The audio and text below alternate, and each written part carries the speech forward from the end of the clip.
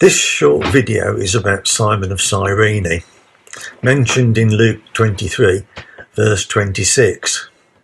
As the soldiers led him, Jesus, away, they seized Simon from Cyrene, who was on his way in from the country, and put the cross on him and made him carry it behind Jesus. The name Simon seems very popular and appears often in the Bible, but as far as I can tell, Simon from Cyrene appears only the once, albeit mentioned by Matthew and Mark in their versions of the same story. The text says that he was on his way in from the country when he was shanghaied into carrying the cross behind Jesus. Two things immediately spring to mind.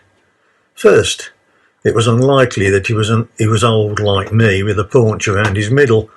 There wouldn't have been much point in commandeering him if he hadn't been young and fit. Second, we are told he was coming to Jerusalem from the country. So the question arises, did he know what was happening? I can easily believe that he came through the Damascus gate to find his way blocked by this sorry procession climbing slowly up the Via Dolorosa towards that dreaded place called Golgotha. Maybe his way was blocked by the jeering crowds lining the narrow street, or perhaps he just paused for a few minutes to watch. Did he know this was Jesus? He'd probably heard about Jesus, but having come from outside the city, would he have known the events leading up to this dreadful sight? Then one of the criminals falters. The line stops. Whips probably come out. Suddenly he's grabbed by a Roman soldier. You don't argue with Roman soldiers. But because of his age, he is able to carry this load. But then that's why he was chosen. And make no mistake, this wouldn't have been some finely carved piece of timber. There wouldn't be much point in wasting time and money on something that was going to be used for murder. The timber would have been rough, probably still with bark and branch stubs protruding from it. In pain, no doubt Simon was more than a little miffed at the injustice of it all. At that point I stopped. Who really chose him? It was God's will that Jesus be crucified for all to see, not to die ignominiously on a crowded street in the middle of a large, densely packed city.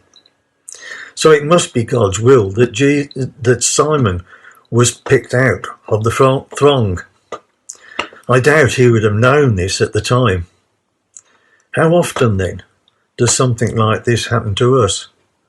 Not being forced to hoist a large piece of timber on our shoulders, but much more subtle impositions. A family member or a friend runs into trouble, and only we can help them, perhaps for us in a way that changes our life forever. Or we lose our job and no one wants to re-employ us. It's not my fault. Why should this happen to me? You know what I'm saying? Maybe it is God's will that for some unknowable reason this has happened to us.